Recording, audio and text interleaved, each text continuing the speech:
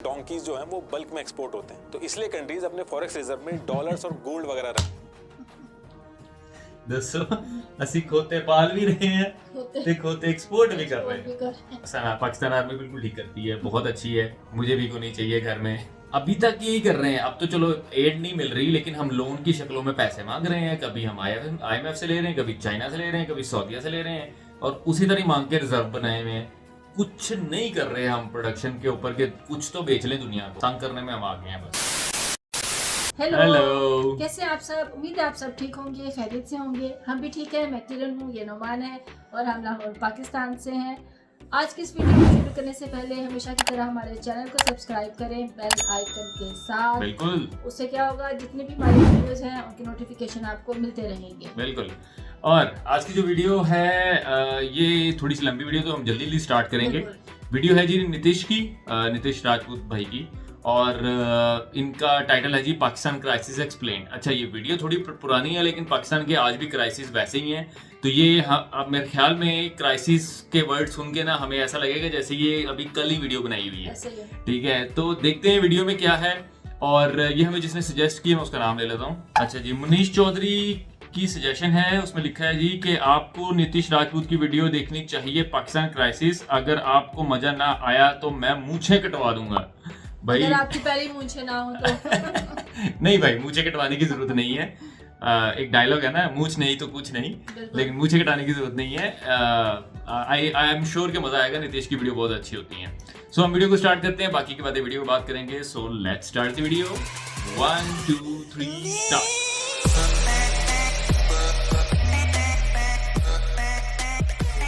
चलें जी। देखिए, जो सिचुएशन पाकिस्तान इस पर्टिकुलर टाइम पे फेस कर रहा है, ऐसी सिचुएशन में पाकिस्तान इससे पहले कभी नहीं फंसा।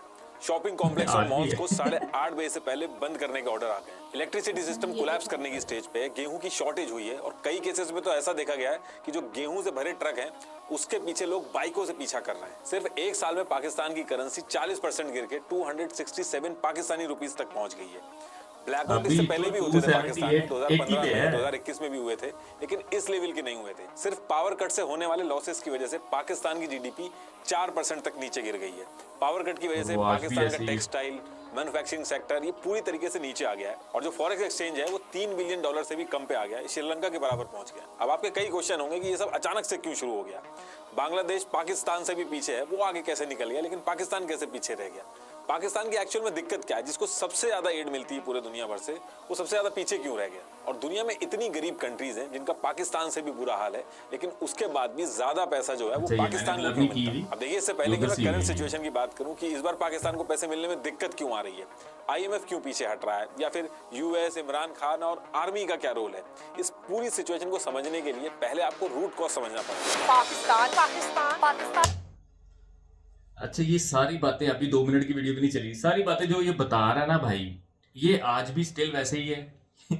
हम 1% कुछ चीज खराब जरूर ज्यादा हुई है, ठीक कुछ नहीं हुआ। बस वो टाइमिंग्स वाली जो उन्होंने कहा ना, वो मार्केट्स की जो, हाँ, मार्किंग 8:30 बंद होती थी, अब 10 बजे होती है, बस, और कुछ नहीं है। डॉलर और खराब हो गया, महंगाई और हो गई, पब्लिक और जलील हो रही है, तो वो और ज्यादा हो गया। हालात लगातार बिगड़ते जा रहे हैं। पाकिस्तान की इंपोर्ट कैपेसिटी रसातल में पहुंच गई है। warned the country could face an economic collapse. Though Pakistan's not there yet, it's teetering on the edge. देखिए, जब इंडिया पाकिस्तान का पार्टीशन हुआ था तो पाकिस्तान को 1/3 मिलिट्री मिली थी और ओवरऑल रिसोर्सेज में से 17% मिला था। ये जो डिटेल्स मैं बता रहा हूँ, ये पाकिस्तान के एक ऑथर हैं हुसैन हक्कानी, इन्होंने भी ये चीज कंफर्म कर रखी है। जो मेजर इंडस्ट्रीज थी वो टोटल 921 थी, उसमें से सिर्फ 34 पाकिस्तान के हिस्से में आई थी। तो उस पर्टिकुलर टाइम पे जब पार्टीशन हुआ था तो जो इकोनॉमिक कंट्रोल था वो इंडिया के पास था। RBI उस टाइम पे पाकिस्तान का भी सेंट्रल बैंक था और इंडिया का भी, लेकिन कंट्रोल इंडिया के हाथ में था। इंडिया का जो टोटल कैश बैलेंस था वो 400 करोड़ था, और ये डिसाइड हुआ था कि इस 400 करोड़ में से 75 करोड़ पाकिस्तान को दिए जाएंगे। 75 करोड़ में से 20 करोड़ जो थे वो पाकिस्तान को 15 अगस्त 1947 को ही दे दिए गए थे, और बाकी का जो 55 करोड़ था उसको बाद में देने की बात की गई थी। उस समय पाकिस्तान के सामने जो सबसे बड़ी दिक्कत थी वो थी कि ये जो रिफ्यूजीज आए थे उनको सेटल करना, उसमें काफी पैसा चाहिए था। लेकिन उस टाइम पे कश्मीर को लेकर काफी इशू हो रहा था, तो नेहरू जी और पटेल जी ने यह माना कि जो 55 करोड़ है इसको रोक लेना चाहिए, वरना ये इस पैसे से हथियार खरीदेंगे और हमारे खिलाफ ही यूज करेंगे। हालांकि ये जो पैसा था ये आगे चल के महात्मा गांधी जी ने दिलवा दिया था, लेकिन उस पर्टिकुलर टाइम तक जब तक ये पैसा मिला था उससे पहले भी पाकिस्तान पाकिस्तान की जो इकोनॉमिक कंडीशन थी वो काफी खराब थी। इकोनॉमिक कंडीशन भले ही थोड़ी सी वीक थी, लेकिन मिलिट्री स्ट्रांग थी, क्योंकि इंडिया एग्री कर गया था 1/3 आर्मी स्प्लिट करने के लिए। इंडिया की जो पॉलिटिकल लीडरशिप थी वो ज्यादा स्ट्रांग थी पाकिस्तान के मुकाबले। इंडिया की तरफ से नेहरू जी, गांधी जी, सरदार पटेल जी, मल्टीपल स्ट्रांग लीडर थे। वहीं मुस्लिम लीग में सिर्फ जिन्ना के बाद कोई और स्ट्रांग लीडर आया ही नहीं। जिन्ना की डेथ के बाद ना तो जिन्ना के लेवल का कोई पावरफुल नेता आया और ना ही मिलिट्री ने आने दिया, क्योंकि जो टेम्परेरी कंट्रोल मिला था पाकिस्तान की आर्मी को वो काफी एंजॉय कर रही थी। पाकिस्तान आर्मी को इस टेम्परेरी कंट्रोल की ऐसी आदत लगी कि उसके बाद 29 पीएम बने। आज की डेट तक एक भी पीएम ऐसा नहीं है जिसने 5 साल अपने पूरे किए। किसी को मार दिया गया, किसी का तख्ता पलट कर दिया गया, इतने बड़े बड़े पॉलिटिशियंस को मारा गया। आज तक इनकी एक भी एजेंसी ये नहीं पता लगा पाई कि पीएम को मारा किसने। इमरान खान जो थे, इनको रैली में गोली मार दी गई, ये आज तक नहीं पकड़ पाए कि गोली चलाई किसने। बिना किसी बड़े हाथ के ऐसा पॉसिबल ही नहीं हो सकता कि किसी के बारे में पता ही नहीं चल रहा कि इनके पीएम्स को मार कौन रहा है, इनके बड़े बड़े नेताओं को मार कौन रहा है। कुछ केसेस में तो लॉ को अमेंड किया गया ताकि जो पूरा कंट्रोल है वो पाकिस्तान की आर्मी के हाथ में आ जाए। इन कुछ चीजों की वजह से पाकिस्तान की जो आर्मी है उसका कंट्रोल पाकिस्तान के ऊपर शुरू से ही रहा है, और ये आगे चल के एक बहुत ही बड़ी प्रॉब्लम बनी है। वो भी आपको आगे समझ में आ जाएगा। देखिए, किसी भी कंट्री को ग्रो करने के लिए पैसा तो चाहिए ही होता है। पाकिस्तान के सामने भी यही दिक्कत थी कि उसको ग्रो तो करना ही था, लेकिन सीधे सीधे इकोनॉमिक डेवलपमेंट मुश्किल था, क्योंकि उसके लिए पॉलिटिकल स्टेबिलिटी और पेशेंस चाहिए होता है, प्रोडक्शन और एक्सपोर्ट करना होता है। तो पाकिस्तान की लीडरशिप ने इसके लिए नए नए जुगाड़ निकाले, और इसी एफर्ट्स में उसको दिखा यूनाइटेड स्टेट ऑफ अमेरिका और उसकी मिलिट्री नीड्स। पाकिस्तान को उस पर्टिकुलर टाइम पे रियलाइज हो गया था कि यूएस का साउथ एशिया में कोई दोस्त नहीं है और उसको सोवियत यूनियन को कंट्रोल करना है, और इसके लिए उसको पाकिस्तान की जरूरत पड़ सकती है। तो इसमें उसको एक मौका दिखा। पाकिस्तान ने अपने आप को यूएस का फ्रेंड दिखाया और इसके बदले में उसको मिली फॉरेन एड। लेकिन क्वेश्चन है कि ये फॉरेन एड दी क्यों गई। देखिए, आज की डेट में आप देखते होंगे कि इंडिया के अंदर बहुत सारे यूएस के कॉल सेंटर्स हैं। यूएस के एम्प्लॉयर्स वहां के एम्प्लॉयज को छोड़ के इंडिया से बंदे हायर करते हैं। ऐसा इसलिए क्योंकि एक यूएस सिटीजन की सैलरी काफी ज्यादा होती है, उसकी जितनी भी लायबिलिटी होती है वो यूएस के एम्प्लॉयर की होती है। इंश्योरेंस, पेंशन जैसे तरह तरह के बेनिफिट्स देने पड़ते हैं। कोई एक्सीडेंट भी हुआ तो सारी रिस्पॉन्सिबिलिटी उस यूएस के एम्प्लॉयर की बनती है। इंफ्रास्ट्रक्चर मेंटेन करना, ऑफिस वगैरह, ये काफी बड़ा खर्चा होता है इसमें। लेकिन इंडिया के अंदर सारे एम्प्लॉयज कम पैसे में मिल जाते हैं और किसी की भी लायबिलिटी यूएस के एम्प्लॉयर के ऊपर नहीं होती है। सेम कॉन्सेप्ट यूएस अपनी मिलिट्री में भी यूज करता है। देखिए, यूएस यूजुअली 2 तरीके से वॉर लड़ता है। अगर उसे लगता है कि स्टेक्स बहुत ज्यादा हाई हैं तो वो वॉर में खुद कूद जाता है, जैसे उसने वियतनाम में किया या फिर इराक में किया। लेकिन जब उसको लगता है कि सीधा कूदने में फायदा नहीं है तो वो शैडो वॉर लड़ता है। इसमें वो दुश्मन के दुश्मन को दोस्त बना के काम करता है। मान लीजिए, अपने इंटरेस्ट को पूरा करने के लिए यूएस अगर अपनी खुद की आर्मी भेजने लगेगा तो पहली चीज तो अपने सिटीजन को खतरे में डालेगा, और अगर उसको कुछ हो गया तो उसका पूरा खर्चा उसको देखना होगा। प्लस कंट्री के अंदर लोगों को आंसर करना पड़ेगा कि क्यों भेजा, वॉर की जरूरत क्या है। अगर आप अपनी मिलिट्री डायरेक्ट किसी कंट्री के अगेंस्ट में भेजते हो तो वॉर लाइक सिचुएशन हो जाती है, कंट्रीज आमने सामने आ जाती हैं। इसलिए ट्रेडिशनल वॉर्स की जगह यूएस अलग अलग मिलिटेंसी ग्रुप को ट्रेन करता है, आर्म्स देता है, उनकी फंडिंग करता है, जिससे कि वो अपना मकसद पूरा कर पाए। जैसे अफगानिस्तान के अंदर मुजाहिदीनों से उसने अपना काम करवाया।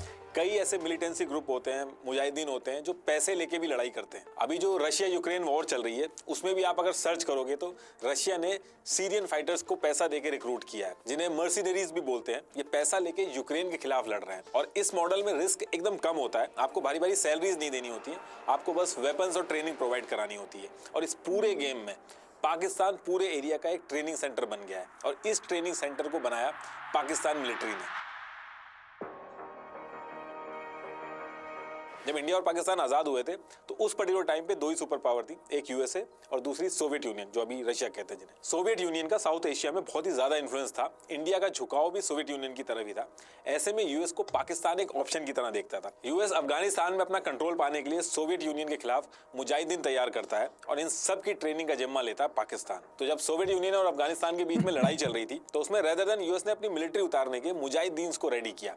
ना तो मुजाहिदीन की जान जाने पे यूएस की कोई जवाबदेही थी, और ना ही भारी भारी सैलरी देनी थी, और रिस्क भी बिल्कुल खत्म हो गया था, क्योंकि अगर यूएस की मिलिट्री अफगानिस्तान में उतर के रशिया के खिलाफ लड़ती तो ये वॉर रशिया और यूएस की वॉर में बदल जाती। तो यूएस ने मुजाहिदीनों को वेपन्स दिए, इन सबकी ट्रेनिंग हुई पाकिस्तान में। पाकिस्तान ने हर तरीके से मदद की इन मुजाहिदीन की, इनको ट्रेनिंग करवाई, इनको रूट दिया, इनको खाने पीने और हथियार वगैरह सब सप्लाई कराए। इसमें पाकिस्तान के लिए भी फायदा था, क्योंकि बिना कुछ प्रोड्यूस करे या एफर्ट लगाए यूएस से पैसा मिलने लगा था। यूएस ये पैसा कभी एड की फॉर्म में भेजता था, तो कभी ह्यूमन राइट्स के बहाने से भेजता था। यूजुअली आप देखोगे तो फॉरेन एड उन देशों को मिलता है या तो जो गरीब हो या किसी क्राइसिस से गुजर रहे हो, जैसे कोई वॉर या फिर नेचुरल डिजास्टर हो।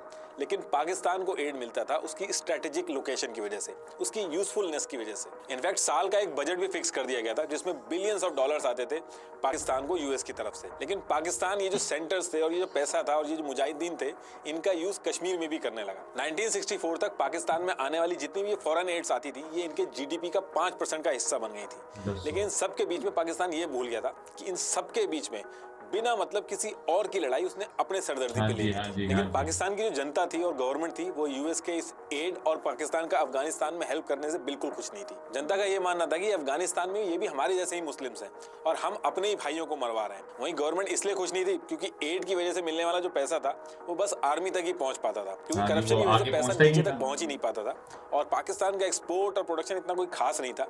इसलिए लोगों की जो गालियां होती थी वो पाकिस्तान की गवर्नमेंट को मिलती थी। लेकिन पाकिस्तान की इकोनॉमिक सिचुएशन फिर से खराब तब होती है जब अफगानिस्तान वॉर 1989 में खत्म हो जाती है। ये जो मुजाहिदीन यूएस और पाकिस्तान में ट्रेन किए थे, ये अफगानिस्तान की सरकार को गिरा के तालिबान का राज हो जाता है वहाँ पे। ये उसामा बिन लादेन वगैरह ये सब यूएस ने उस टाइम पे ट्रेन किए थे और सोवियत यूनियन को बाहर करके यूएस का काम ऑलमोस्ट पूरा हो गया था। ये जो बातें मैं बोल रहा हूँ, ये जो पाकिस्तान के प्रेसिडेंट रह चुके परवेज मुशर्रफ, इन्होंने भी बोली है और ओपनली बोली है। इंटरव्यू अभी भी पड़ा इनका यूट्यूब के अंदर। अफगानिस्तान वॉर के बाद अमेरिका को पाकिस्तान की जरूरत नहीं थी।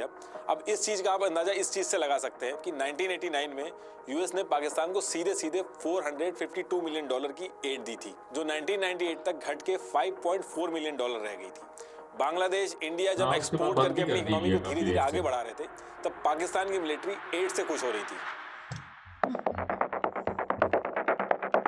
अफगानिस्तान वॉर खत्म होने के बाद पाकिस्तान की जो इकोनॉमी थी उसको काफी नुकसान हुआ और उसके बाद पाकिस्तान को यूएसए ने स्टैंड बाय मोड पर डाल दिया। लेकिन पाकिस्तान की किस्मत फिर चमकती है जब 9/11 अटैक।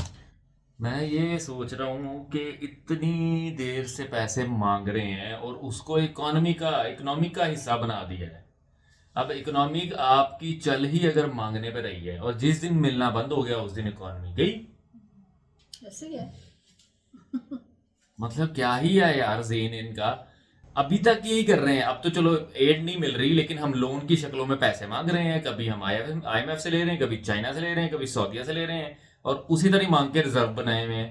कुछ नहीं कर रहे हम प्रोडक्शन के ऊपर के कुछ तो बेच लें दुनिया को। तंग करने में हम आ गए हैं बस। होता है। वर्ल्ड ट्रेड सेंटर में ये अटैक अलकायदा ने करवाया था और यूएस को डर था कि ये अटैक अगर दोबारा नहीं करवाना है तो अलकायदा को पूरी तरीके से खत्म करना होगा। अलकायदा अफगानिस्तान और पाकिस्तान के बॉर्डर पे ऑपरेट करता था और एक बार फिर यूएस को पाकिस्तान की जरूरत पड़ी। इस बार यूएस ने कोएलिशन सपोर्ट फंड बनाया CSF, जिसमें पाकिस्तान को काफी पैसा मिला। 2009 में यूएस ने कैरी लुगर बिल पास किया जिसने पाकिस्तान को $1.5 बिलियन पर ईयर की एनुअल असिस्टेंस देने का प्रपोजल था। लेकिन ये जो पैसा मिलता था इसको पाकिस्तान यूएस के वॉर ऑन टेरर के लिए यूज करने की बजाय अपनी इकोनॉमी को बचाने के लिए यूज करता था, अपनी आर्मी को स्ट्रॉन्ग करता था। और जो ट्रेनिंग सेंटर थे जहां मुजाहिदीन ट्रेन होते थे, वहां से अफगानिस्तान के साथ साथ कश्मीर में भी मुजाहिदीन भेजता था। ये वो टाइम था जब पाकिस्तान के दोनों हाथ घी और मुंह कढ़ाई में था। पाकिस्तान आर्मी के ऊपर बाहर से मिलने वाले एड में करप्शन एलिगेशन लगते रहे। यूएस ने भी कहा कि इन्होंने हमारे एड से मिलने वाले पैसे को मिस स्पेंड किया है। डोनाल्ड ट्रंप ने आते ही ये जो एड मिलता था पाकिस्तान को, इसको पूरी तरीके से बंद कर दिया और पाकिस्तान की इकोनॉमी जो बबल में थी उसको फिर से एक झटका लगता है। इन सारी चीजों की वजह से पाकिस्तान की इमेज काफी खराब हुई और फॉरेन इन्वेस्टमेंट एकदम से खत्म हो गया। बाहर की कंपनीज इतनी अनस्टेबल जगह पे अपनी कंपनी नहीं लगाना चाहती थी। उनको पता था कि उनको नुकसान होना तय है। इसके अलावा टूरिज्म भी खत्म हुआ। ये बहुत ही बड़ा फैक्टर था पाकिस्तान की इकोनॉमिक कोलैप्स होने में। देखिए, पाकिस्तान और इंडिया में कई बार वॉर्स हुई हैं, लेकिन 1971 की वॉर ने पाकिस्तान को काफी वीक किया। ये एक बहुत ही इंटरेस्टिंग कहानी है जिसके ऊपर बहुत सारी बुक्स हैं, लेकिन कुक्कू FM की एक ऑडियो बुक है इंडिया वर्सेस पाक 1971। इसमें बहुत ही डिटेल और आसान तरीके से बताया है इस इवेंट के बारे में। वॉर की शुरुआत से लेकर खत्म होने तक सारी चीजें बहुत ही अच्छे से बताई गई हैं। 69 मिनट्स की इस ऑडियो बुक में 1971 की वॉर के बारे में आपको काफी नॉलेज और क्लैरिटी मिलेगी। कुक्कू FM इंडिया का सबसे बड़ा ऑडियो शो प्लेटफॉर्म है जहां कई कैटेगरीज की ऑडियो बुक्स अवेलेबल हैं।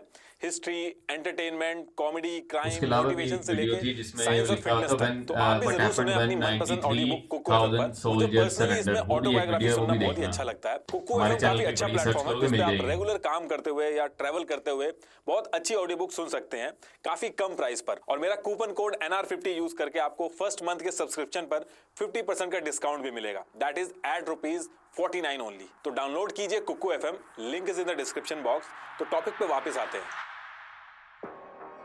China entry to Pakistan. देखिए, जब यूएस ने कुछ कदम पीछे लिए तो वहां पे एंट्री हुई चाइना की।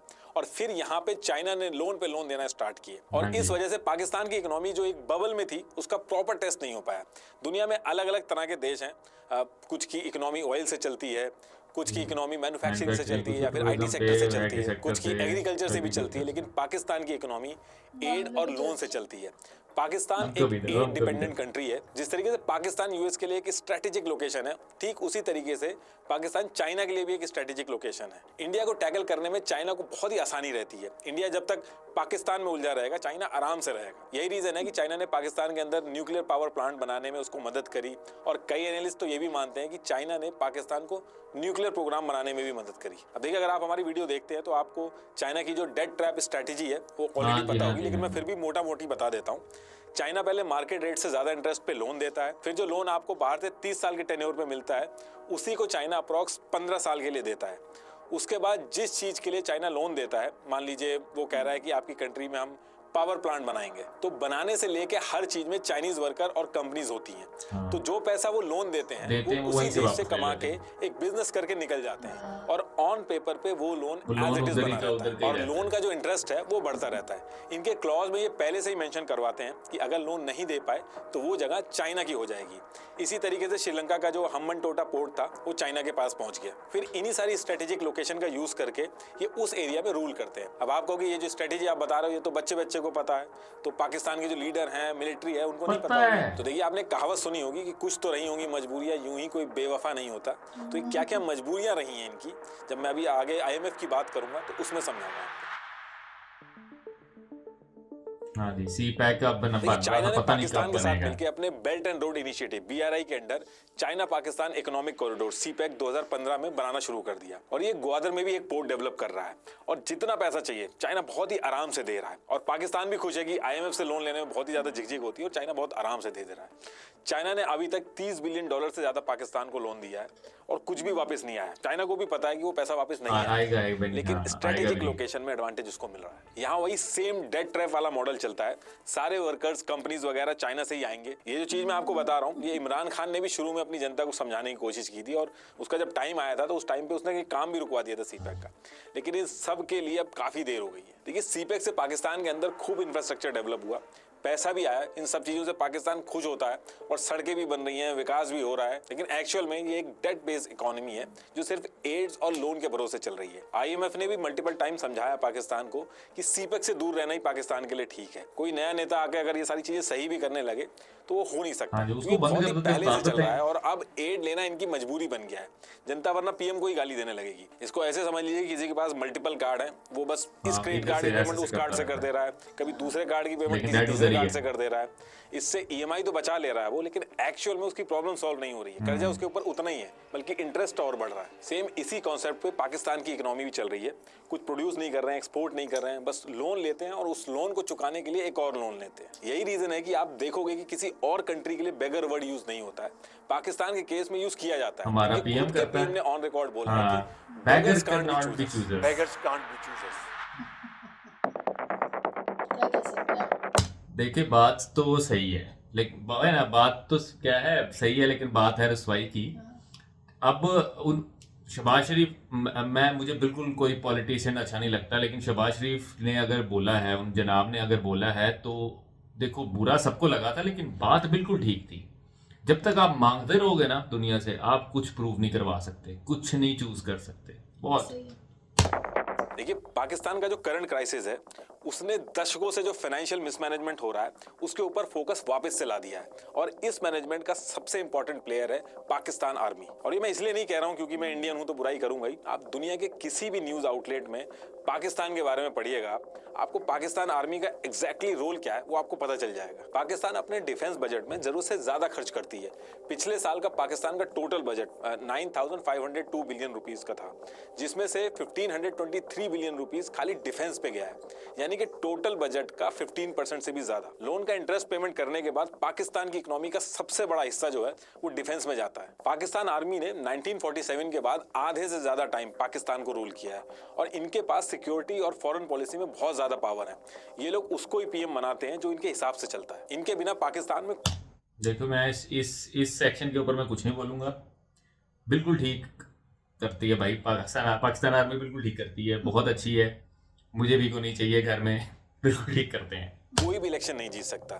इसलिए आपने एक वो कहावत जरूर सुनी होगी, बहुत ही फेमस है पाकिस्तान आर्मी के लिए, कि जंग कदे जीती नहीं हाँ, और इलेक्शन कदे कदे हारे नहीं। ये देखिए इतने सारे मेडल इन्होंने लगा रखे हैं, लेकिन इन्होंने आज तक एक भी जंग नहीं जीती है। पाकिस्तान की एक ऑथर है आयशा सिद्दीका, उनकी एक किताब है मिलिट्री आईएनसी। अगर मौका आपको लगेगा तो उसको पढ़िएगा जरूर।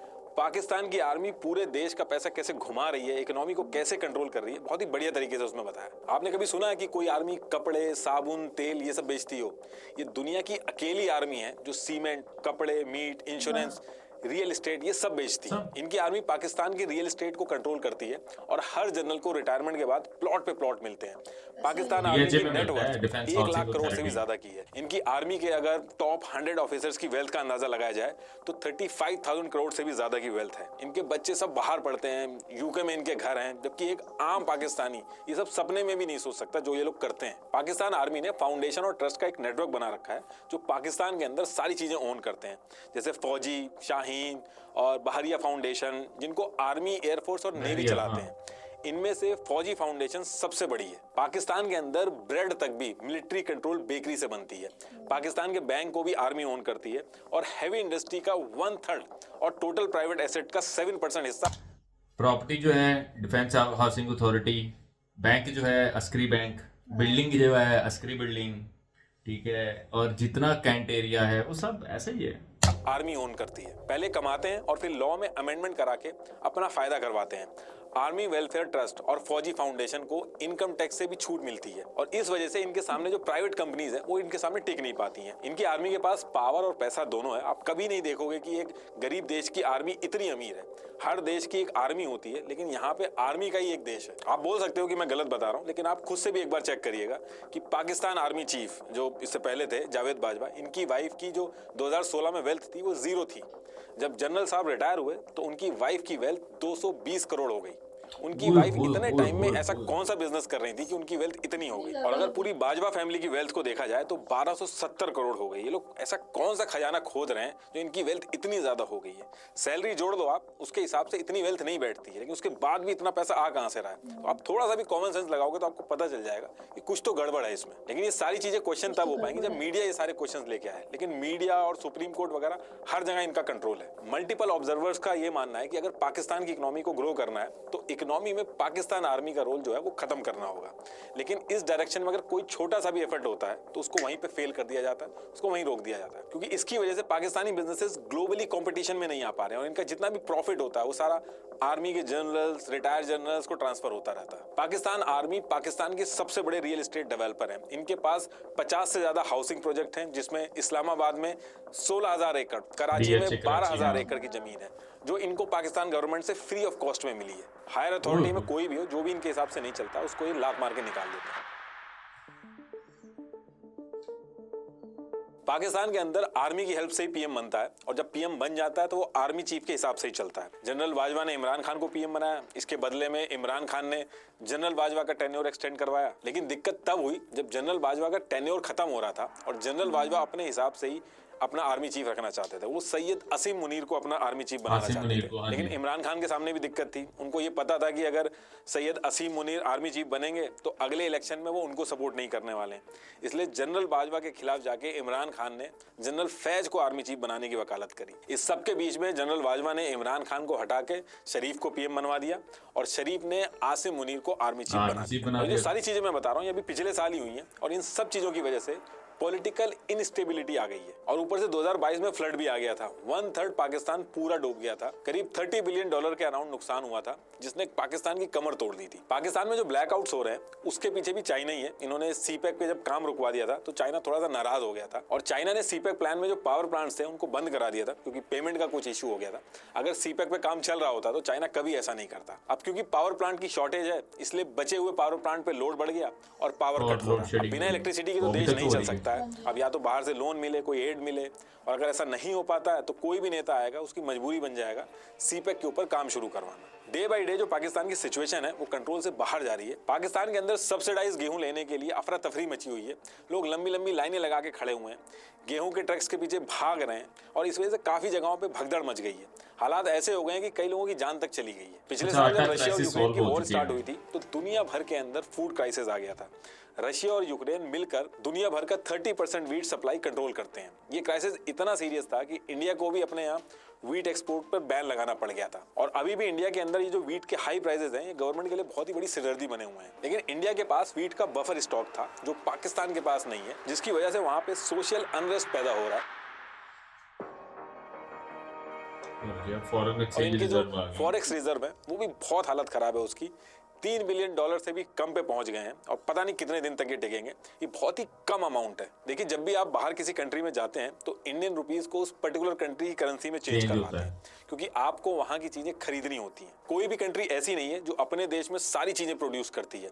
अब जैसे गाड़ियां चलानी है, मशीनरी यूज करनी है तो ऑयल की जरूरत होगी। अगर आपकी कंट्री में ऑयल प्रोड्यूस नहीं होता है तो आपको बाहर से एक्सपोर्ट करना होगा, और अगर बाहर से चीजें खरीदनी है तो आपको बाहर की करेंसी की जरूरत होगी। जैसे आप जब किसी देश में जाते हैं तो वहां जाने से पहले अपने पास करेंसी रखते हैं, ऐसे ही कंट्री अपने फॉरेक्स रिजर्व मेंटेन करती है जिसमें वो चीजें रखती है जिसकी इंटरनेशनल मार्केट में वैल्यू होती है, जैसे गोल्ड, US डॉलर, बॉन्ड्स वगैरह, ये सारी चीजें रखी जाती है। अब इन सब की जगह अगर मान लो कि आप पाकिस्तानी रुपये अपने फॉरेक्स रिजर्व में रखोगे तो उसका कोई फायदा नहीं है। अब आप मार्केट में जाके पाकिस्तानी डॉलर दोगे तो वो कहेगा कि इसका मैं क्या करूंगा, ये पाकिस्तान के अलावा कोई लेगा नहीं। और पाकिस्तान जो एक्सपोर्ट करता है वो मेरे किसी काम का नहीं है। पाकिस्तान में टेक्सटाइल और डोंकीज जो है वो बल्क में एक्सपोर्ट होते हैं, तो इसलिए कंट्रीज अपने फॉरेक्स रिजर्व में डॉलर्स और गोल्ड वगैरह रखते हैं।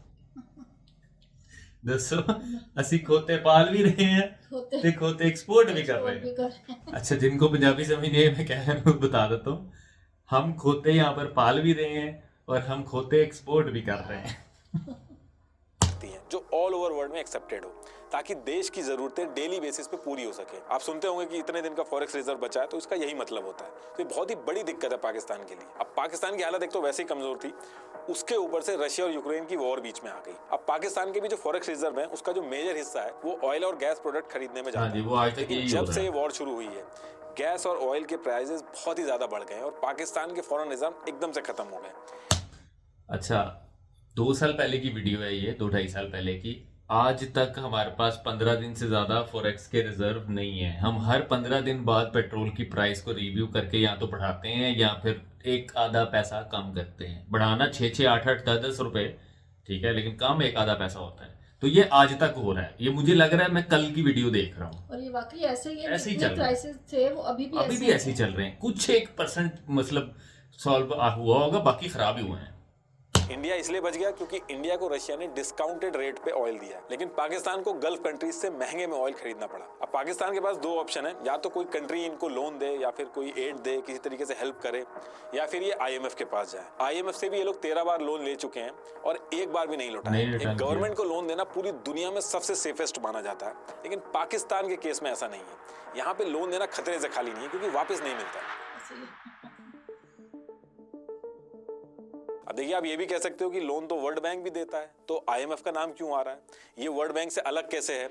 और IMF को क्या पड़ी है किसी देश की जब बुरी हालत है तो उसमें लोन देने की? तो इसको एक एग्जांपल से समझाता हूँ। मान लीजिए हम 10 दोस्त हैं और हमने ये डिसाइड कर लिया कि हम अपनी अपनी सैलरी का 5% जमा करेंगे और इस फंड को हम तब यूज करेंगे जब किसी के ऊपर दिक्कत आएगी, कोई फाइनेंशियल दिक्कत आ गई तो हम उसमें यूज करेंगे। इससे होगा ये कि हम 10 के 10 जो दोस्त हैं वो सेफ हो जाएंगे और कोई मुसीबत आती है, कोई फाइनेंशियल क्राइसिस आती है तो हम सब लोग सेफ हो जाएंगे। इंश्योरेंस भी इसी तरीके से काम करता है। तो ऐसे ही IMF भी काम करता है। इसमें 190 कंट्रीज हैं, अपनी अपनी इकोनॉमी के हिसाब से पैसा कंट्रीब्यूट करती हैं। अच्छा। और जिस कंट्री के ऊपर दिक्कत आती है उसको हेल्प की जाती है। इंडिया टॉप 10 कंट्रीज में आता है IMF के अंदर पैसा देने में। वहीं जो वर्ल्ड बैंक का जो लोन है वो इससे काफी अलग है। वर्ल्ड बैंक का जो लोन होता है वो कंट्रीज अपनी ग्रोथ के लिए लेती है। मान लो मेरी एक कंपनी है, अब मैंने सोचा कि कंपनी को ग्रो करना है, मुझे बाकी सिटीज में भी ले जाना है, उसको आगे बढ़ाना है, तो इसके लिए जो मुझे लोन मिलेगा वो वर्ल्ड बैंक से मिलेगा। और अगर मैं किसी मुसीबत में फंसता हूँ तो वो IMF वाला कॉन्सेप्ट चलेगा, IMF से लोन मिलेगा। कई डेवलप्ड देश भी वर्ल्ड बैंक से लोन लेते हैं, जैसे इंडिया ने लिया था, लेकिन ये ग्रोथ के लिए मिलता है। जैसे इंडिया ने $245 मिलियन का लोन लिया था वर्ल्ड बैंक से लिया था इन्होंने रेलवे के प्रोजेक्ट के लिए। अब रेलवे से जैसे जैसे इंडिया कमाएगा वो उसको वापस कर देगा। ये एक तरह से बिजनेस के लोन की तरह काम करता है।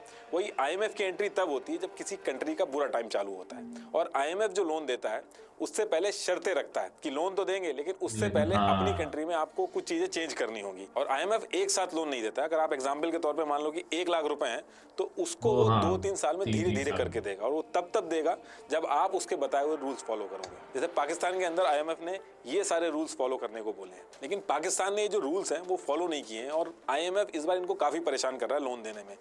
10 दिन IMF की टीम इस्लामाबाद में रह के चली गई, अभी तक लोन नहीं दिया है।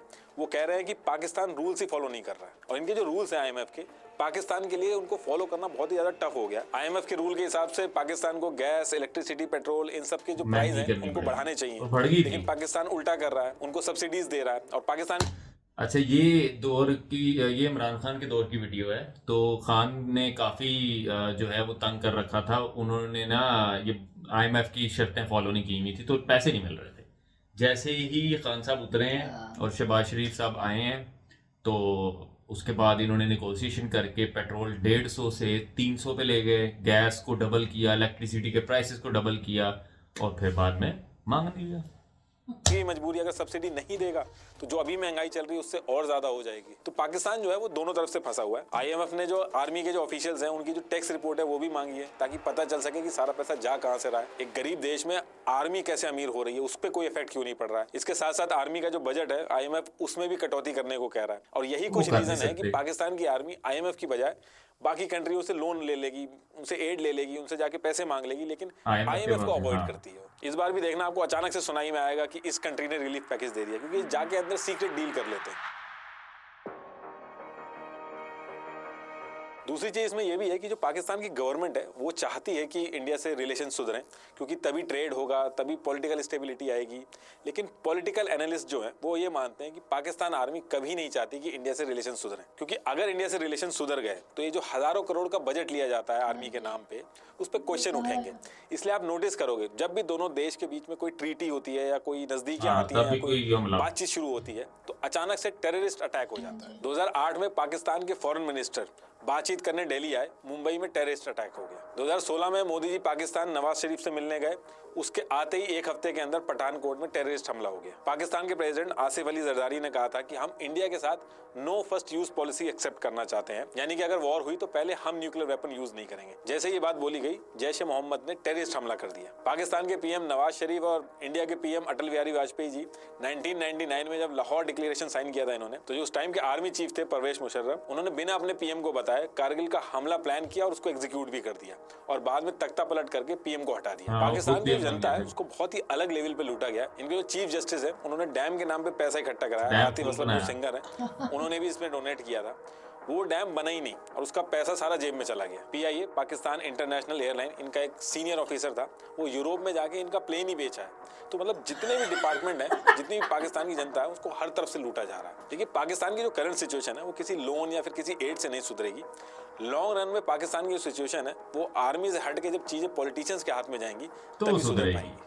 अच्छा, बहुत सी बातें तो मैं जो है वो दरमियान में बोलता रहा हूँ, क्योंकि बाद में मैं भूल जाता हूँ, मैं गजनी हो जाता हूँ, ठीक है। लेकिन वीडियो लंबी होती है, निकल जाती है जेन में, तो मैं साथ साथ बोल दें। लेकिन मैं एक बात जो मैं शुरू से बोलता हूँ इस वीडियो देखते से कि भाई हमारे आज भी वही प्रॉब्लम्स हैं, हमारे 3 साल पहले भी वही प्रॉब्लम्स थे, अब तो मज़ीद ख़राब हो गए हैं, ठीक है। और जो ये नीतीश भाई ने एक बात बोली ना एंड पे कि पॉलिटिशियन चाहते हैं कि रिलेशन अच्छा हो जाए, भाई पॉलिटिशियन के साथ साथ आम जनता भी चाहती है कि हमारे रिलेशन अच्छे हो जाए। एक तो ये कि भाई हम एक हैं, ठीक है, पहले अभी कुछ सालों से अलग हुए ना, उससे पहले तो इकट्ठे ही थे, तो हम क्यों लड़ें आपस में, ठीक है। ये चीज़ एक्सेप्ट कर लेनी चाहिए भाई। एम फजूल में किसी को नफरत देना, फजूल में लड़ाइयाँ करना, कुछ नहीं रखा भाई, बर्बादी या पैसे की भी जान की भी, तो ये चीज़ नहीं होनी चाहिए। और बाकी आपको ये वीडियो कैसी लगी ज़रूर बताइएगा, अपनी राय जो भी आपके दिल में हो, जो भी, ठीक है, कमेंट में कभी किसी का डिलीट नहीं करता, कभी ब्लॉक नहीं करता, जो राय हो वो दीजिए, आपको कमेंट का रिप्लाई आएगा हमारी तरफ से। So thank you so much for watching this video. अपनी सजेशन जरूर हमें बताइए कि कौन सी होनी चाहिए, उसका लिंक, उसका नाम कमेंट में दीजिए और हम आपसे मिलते हैं एक नई वीडियो में। Till then be happy, take care, bye bye.